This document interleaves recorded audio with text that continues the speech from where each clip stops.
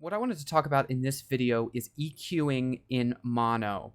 This is I think, a tremendous tip that helped me get a lot better with my EQing and make a lot smarter EQ moves. And really mixing in mono can be really helpful for any number of things, whether you're talking about panning or using compression or whatever the case may be. But EQing, it's particularly helpful. And EQing, of course, is one of your biggest, most important tools in mixing. So first of all, why would we do this in mono? Of course, we have the stereo field, and we've had that for some time. But back in the day, they only had mono, and it was a lot harder back then. So why would we want to go back to that? Well, the truth is that that's exactly why. Because it was harder.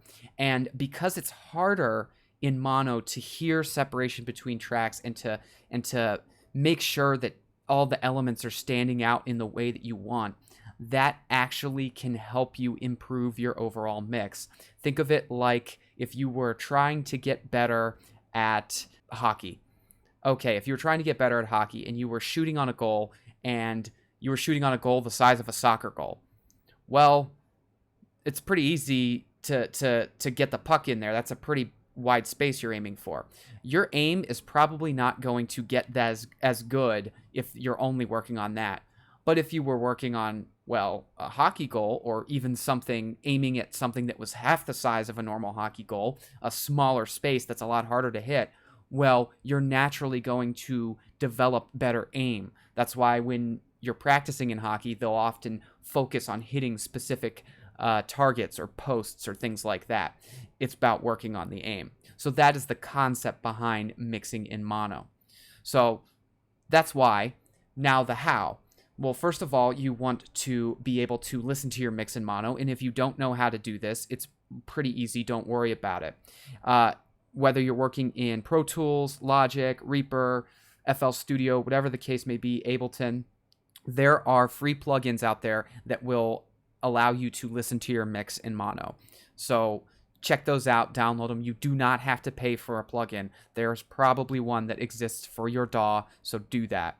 However, if you're in Logic, you can also do something like this, which is use a gain plugin, and voila, use the gain plugin on your stereo out track, of course. You want to put it on your stereo out track, and then turn on mono.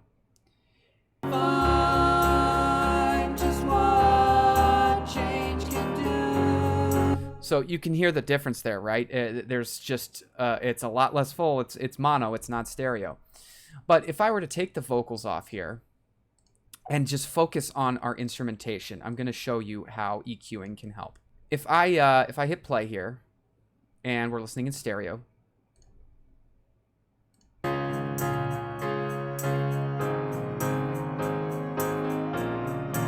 okay, so you can hear some pretty good separation, and you can hear the piano and the strings and everything like that. Well, when I turn this on, let's listen to it again.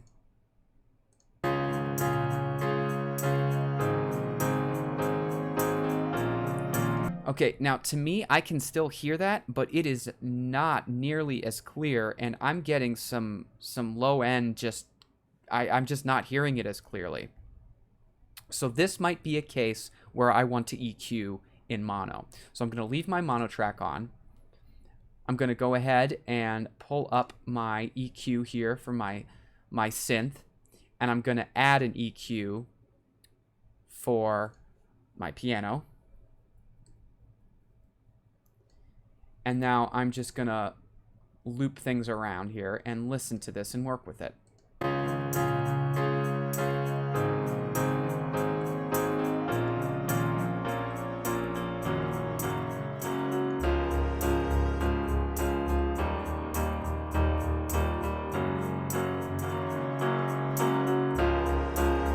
Okay, so what I've been doing is I've just been making some adjustments. You'll notice I did a pretty significant roll-off of the piano. I did some wide boosting here at around 950. I did some pretty significant boosting on the bottom. And I did some other cuts around 470. And I might want to make more moves. But in the interest of time, I just wanted to kind of show you this. So what I'm doing is I think this has helped get just a little more separation in mono. So let me hear it.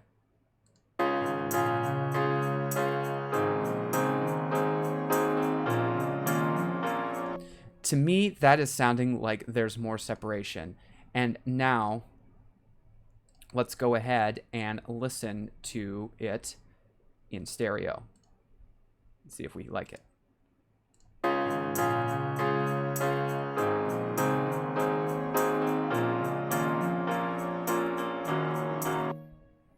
To me, that sounds a little better. And if I were to completely turn this EQ off,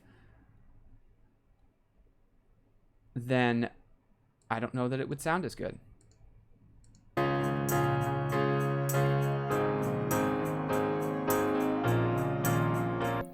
Yeah, I feel like the low end's better. And again, I would keep working with that. But that is just an example of how you can use mono EQing in mono to achieve better separation in your mix. So I would really encourage that you try it out, and you might enjoy the results.